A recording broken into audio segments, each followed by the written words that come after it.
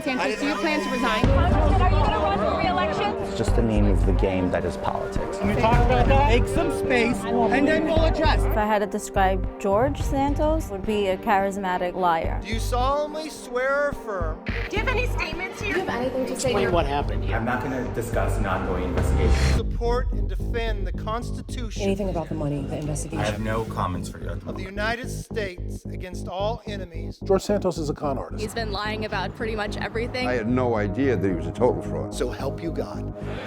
It's the greatest fiction in the history of congressional politics. Nonsense. It's all a lie. Santos has got to be expelled. He was elected under false pretenses. How dare you lie to this community? Do you feel like you're qualified to serve in this Congress?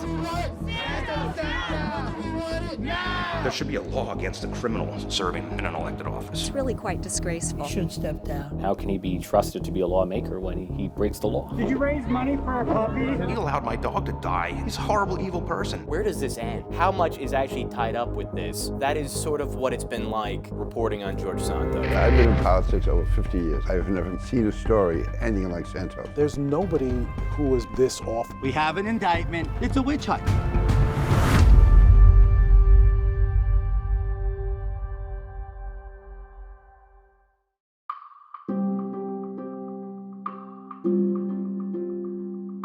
The very first day that I met him, he was very charismatic, very friendly. He was very friendly with everyone. I was 21 at the time. He was 22, 23. I met him with the name Anthony because that's what his family called him. Right off the bat, I noticed he was kind of fabricating like his life, that he was somebody that came from a privileged background, with family that had money, with family that had expensive property. A minha primeira impressão foi a melhor possível. Nós sempre nos demos muito bem, ele era uma pessoa alegre, Anthony era sonhador, muito sonhador. Dentro dos sonhos dele existia sempre tudo com muito luxo, porque ele era uma pessoa que ele gostava de luxo. He would lie to me that he was working as a reporter, that he was working as a freelancer, as a model, or doing some other jobs that it's not the case, and they could clearly see that he didn't have any job at all. Somebody that's 22, 23 years old that has all these properties with his family is not going to go work at a call center in the middle of nowhere, Queens, for $12 an hour. I didn't actually ask him personally how much money he had in his account, but of course I could definitely see that they were struggling to pay rents. At some point, they even allowed the internet to be cut for non-payment. Ele mentiu para mim quando ele pegou o meu CPF, usou para comprar uma joia para a irmã dele. Ele jurou até o fim que ele tinha pago os boletos e ele não pagou. There was one person where he did tell them that he never graduated. He said, he got a GED. I told him that my cousin was studying at Baruch College. And then that's when he said, oh, I graduated from Baruch College. I first met Santos almost exactly 3 years ago. Right from the start, I thought he was a weirdo. I thought he was a liar. Nothing fit in the way he described himself. He claimed he was a 31-year-old successful multimillionaire with extensive finance connections in Brazil. Said he was Catholic, he had a cross on his neck. A year or two later, when he started calling himself Jewish. Well, Jewish lasers in space. I'm a Jew, trust me. I knew he was lying because I'd already asked him those questions. There's that scene, I think, in The Godfather where Vito Corleone sort of says to Michael, Senator Corleone. I always dreamed of you being a Senator Corleone or Governor Corleone. I think that really speaks to the fact that political office, political power is the ultimate kind of validation. And that is something that a George Santos knows he can offer people because he seemed like such a well-tailored candidate who checked so many boxes. He's like an Etch-a-Sketch, constantly reinventing himself. He has multiple names and multiple personalities, right? There's George Santos, the congressman. There's George DeVolder, the businessman. There's Anthony DeVolder, the LGBTQ MAGA activist. There's Tiara, the drag queen. There's Jewish descendant of Holocaust survivors. He has an infinite stream of identities. It's just strange. When I met him, he came off as somewhat sophisticated. He told me he was highly successful. He wanted to run. He said that he wanted to represent the people of the district, understood the needs of the people. George Santos here, Republican candidate for New York's 3rd Congressional District. 2020, Tom Suozzi's going to run again. It's a strong Democrat district. People were not saying we want to run. We really didn't have anyone in Nassau. At the time, the district went from Queens through Nassau, the North Shore, into Suffolk County. George Santos comes from Queens. He comes out, and we meet him. I am a first-generation born American, a gay man, and a Republican. He answered questions. He submitted a resume. He interviewed. Based upon that information, he became the candidate. A potential upset on the North Shore of Long Island. Republican George Santos is now leading Democratic Congressman Tom Suozzi. 2020, there were a lot of absentee paper ballots. None of these races has been called because of those absentee ballots. On Election Day, he won the machine vote by a couple of thousand votes, but there were still 100,000 votes to be counted. The fact that I closed ahead of a sitting congressman, that speaks volumes. He immediately proclaimed victory, and he went down to freshman orientation in Washington, D.C. I attended freshman orientation. Hello, everyone. I'm Congressman-elect Richie Torres. And he approached me and said, even though you're a Democrat and I'm Republican, we're both gay, and I hope we can work together. And I just found it to be so strange that I said, sure, and then I left. Everyone in the world knew that he was going to lose overwhelmingly. Also in Long Island, Democrat Thomas Suozzi has won his re-election bid for New York's 3rd Congressional District. And when the final results came in 3 weeks later, he didn't just lose, he lost by 15 points, and he lost by 60,000 votes. He then decided he wanted to run again and declared immediately. And then he got weirder and weirder. He would brag wildly about his Maseratis, about his mansions, none of which existed. I have the business background, I have the acumen. I think this is a great time for Americans to know I'm a gay Republican. My party overwhelmingly supports me. I want to fight for common sense and safety for our communities. Very nice to meet you, man. I'm George Santos, by the way. I'm running for U.S. Congress, and I'm focused on winning and delivering results. But after he got the nomination, the New York Court of Appeals changed the district lines and made it much more winnable for a Republican. And he was there. We were stuck with him. The lines changed the district dramatically.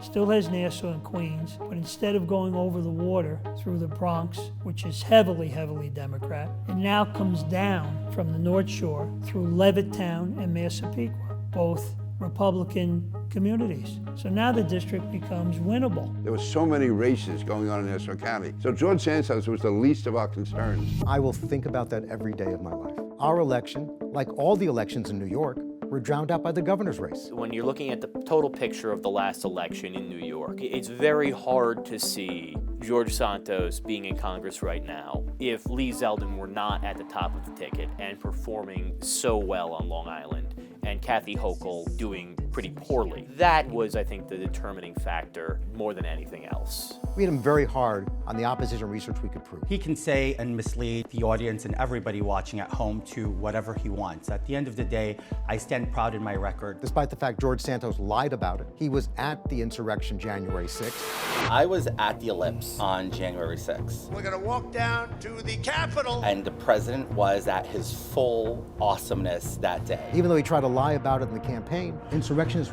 raided the Capitol, and George Santos tragically was there. The misleading things he keeps saying about me that I did or did not do, or the locations I've been or I've been not. He compared abortion to slavery. When we look at the American past and we look at slavery, we think it was barbaric. We aborted our own?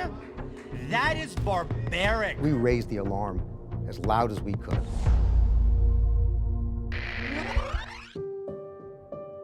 So there was a post where he was sharing a GoFundMe about a dog that had a tumor, and he was asking people to donate. A disabled U.S. Navy veteran whose service dog needed emergency surgery. She was my little Sapphire. She was a little red pit bull, and she was about 8 or 10 weeks old, I think, when I got her. And I was homeless at the time, and I had really bad depression. Whenever I'd start getting really manic, she would just be all over me. I couldn't ignore her. She'd climb on me, lick my face. She was my little buddy. And that was a time when I actually noticed that she was starting to get that growth, getting bigger and bigger and bigger. So I took her in, and the vet tech probably saw my face just drop when I heard $3,000. And she pulled me aside after the vet left the office, and she said, I know this guy who does charities, and I'll talk to this guy, Anthony, that I know, Anthony DeVolder, and he's really good at it, and due to his network, there's gonna be a lot of people willing to help you. He'll set up a GoFundMe, and hopefully within a couple of months, we'll have this $3,000, and we'll be able to get this surgery taken care of. Should be no problem. Within a couple of months, I think it was 3 months, we actually had the whole $3,000.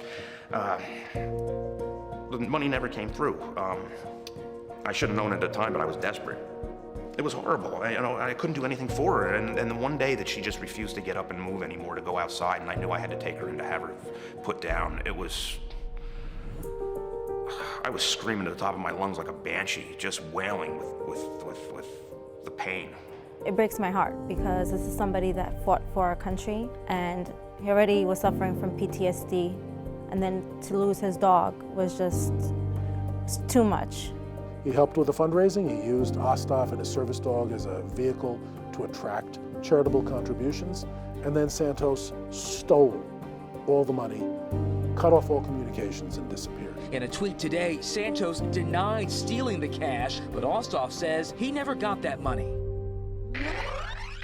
Election day in America, and the stakes for the 2022 midterms could hardly be any higher. Make sure you vote for that good-looking guy, George Santos. New York became an unlikely battleground. Republican George Santos defeated Democrat Robert Zimmerman. I want to make sure you all know that now you have a man of the people who will represent the people in Washington, D.C. and end the nonsense. He's a serial liar. People in the 3rd Congressional District didn't elect George Santos. They elected a fictional character. George Santos isn't at all what he claimed to be or said that he was. An investigation by the New York Times claims the resume of Republican Congressman-elect George Santos is largely fabricated. Did you graduate from Baruch? Did you graduate from there? Yeah. So did I. I did. Claims that suggest much of his resume, including where he went to college, where he worked, are entirely made up. Did I embellish my resume? Yes, I did. And I'm sorry. Do you have any statements here? Do you have anything to say to your colleagues? Explain what happened here. I was not shocked because even back then, everything seemed fabricated. It seemed like he was playing a character. We need Anthony DeVolder. What's his name again? What we had said about him being a fraud and a fabulist and a pathological liar, all that proved to be true. But I tell you, I was also astonished at how much more there was. Citigroup and Goldman Sachs say they have no record of him working there. I didn't outright lie about my work experience. He was calling people in Nassau County, saying his story is totally a fraud. He wanted a lawyer to sue the Times for libel. It's totally untrue. There's nothing to it. Very emphatic, very angry. Now everything that I've ever worked to build on is up in questioning, and that's the very frustrating side. I said, what's going on? He said, it's all going to be straightened out tomorrow. It's just, they're out to get me. I said, well, what about your college diploma? You have a copy of your diploma? He said, you know what happened? They called Baruch, and I was known as George DeVolder, and they asked for George Santos. He said, it'll be straightened out. I'll have a copy of it. I'll get it to you tomorrow. I said, okay. I'll wait to hear from you. I haven't spoken to him since. Do I wish you a happy Hanukkah or a Merry Christmas? I'm Catholic, but I'm also Jew-ish, as in ish. He appeared at menorah lightings the day before the New York Times report came out. There were people at those menorah lightings whose families had been slaughtered, dead in the Holocaust. And he's conning them and using them, and he went to them for money and support. My mom was a 9/11 survivor. She was in the South Tower, and she made it out. 9/11 claimed my mother's life, tweeted George Santos in July of 21. New immigration records obtained by ABC News prove that on 9/11, Santos's mother, Fatima DeVolder, wasn't even in the United States. Was your mother in the World Trade Center on 9/11? Was she? The sheer depth and breadth of his deception is unprecedented. We've never seen a candidate or a congressman quite like George Santos. The New York Republicans are calling you a disgrace. You will not resign? I am calling for his immediate resignation. Resign. We must call for the resignation of Congressman George Santos. Resign. Steps down. Step aside. He should resign. This joke's gotta go. Congressman Santos, will you resign? I will not. It's Shantae Lands with Channel 7. I just wanted to know if there was anything you had to say. I first started covering George Santos on December 17th, but the first time I actually met him was on Capitol Hill. Anything to the voters at all that you might want to say? Just until I was sent there to try to get answers about the, at the time, alleged lies that he may have told to his hundreds of thousands of constituents. New York free, Santos free. Right now, a group of Long Islanders are on a bus headed to D.C. They organized a trip to confront him. This is a national issue. So if we're not doing this kind of outreach, he will stay there. They invited me to go. I rode on the bus with them. They were pretty fired up. How dare you lie to this community? How dare you fabricate your resume to get elected to Congress? How dare you offend our democracy? When we arrived, we went to his office. Where are you, George? We all sent emails and nobody got a response, and he's not here to meet with us. A fish answered the door and said that he was not available. Does he have an office or does he have a hideout? What is going on here? If you are a representative, where are you? We then went to House Speaker Kevin McCarthy. We are all so frustrated at the fact that he has not acted. What are the charges against him? Well, I mean, is there a charge against him? You know, in America today, you're innocent until proven guilty. Despite all the crimes that have been documented, despite all the lies he's acknowledged, no Republican leadership in the House has called for his removal. You know, I find it outrageous that a federal candidate for public office, for congressional office, can win a congressional seat under fundamentally fraudulent pretenses without facing legal consequences. I partnered with Congressman Dan Goldman to file an ethics complaint that has led to the ethics investigation against George Santos. We have a complaint for you.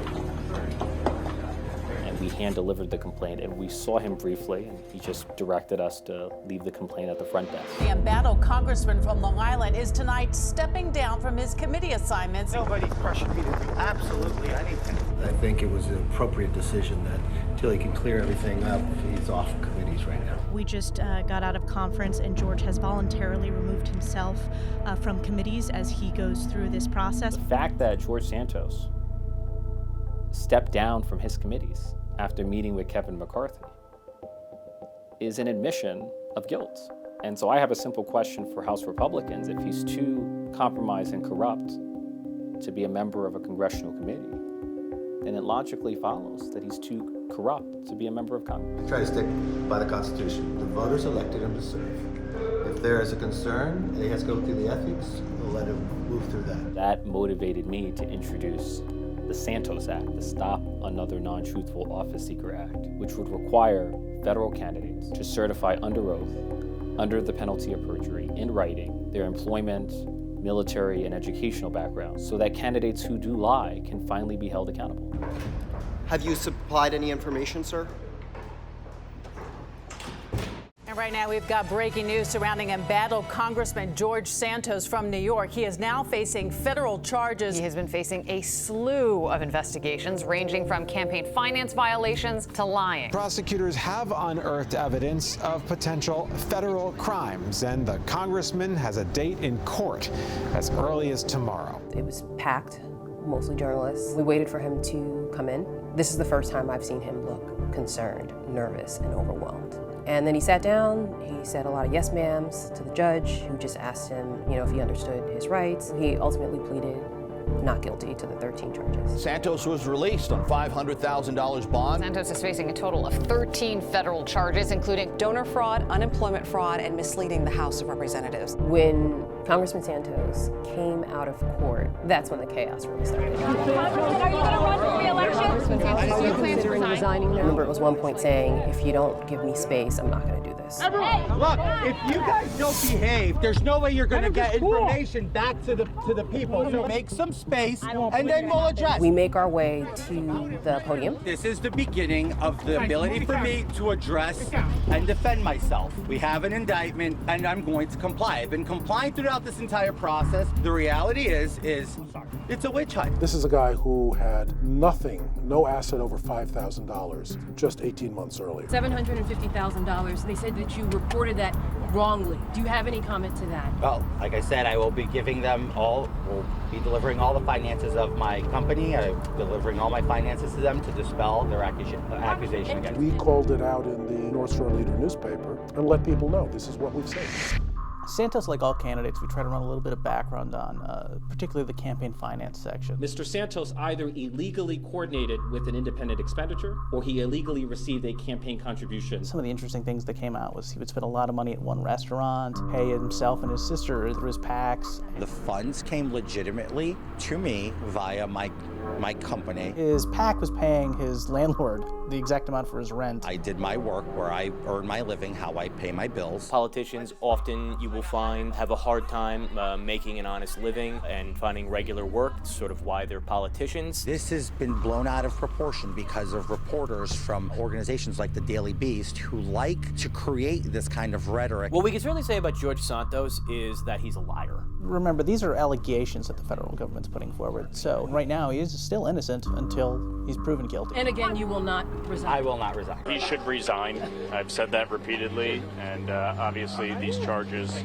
confirm what I've said from the beginning. There's a clock ticking, and George Santos should have resigned in December. He should have resigned in January. He should have resigned yesterday, and maybe he'll resign today. All of his Long Island Republican colleagues, all of them have came out vocally and said, Congressman Santos should step down. Breaking news out of Washington, D.C., where a resolution has just been introduced to expel Congressman George Santos from office. My intent to raise a question of the privileges of the House. Representative George Santos be, and he hereby is, expelled from the House of Representatives. This is actually the second time Garcia has made a motion like this. Now is the appropriate time to make sure that Republicans are on record if they're going to actually stand by someone that is a serial liar and a fraud.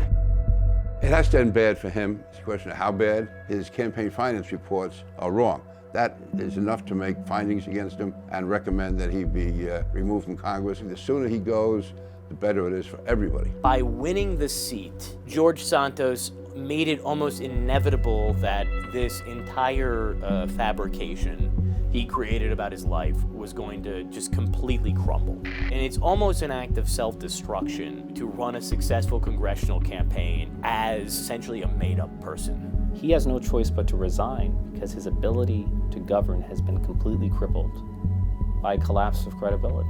He has no credibility with his constituents. He has no credibility with his colleagues.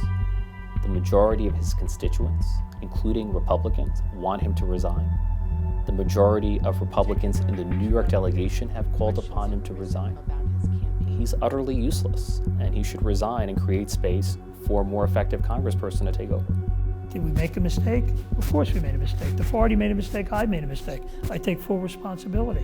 He was a candidate based upon what we knew about him, but it was all based on lies, unfortunately, and on his resume. And would we have checked?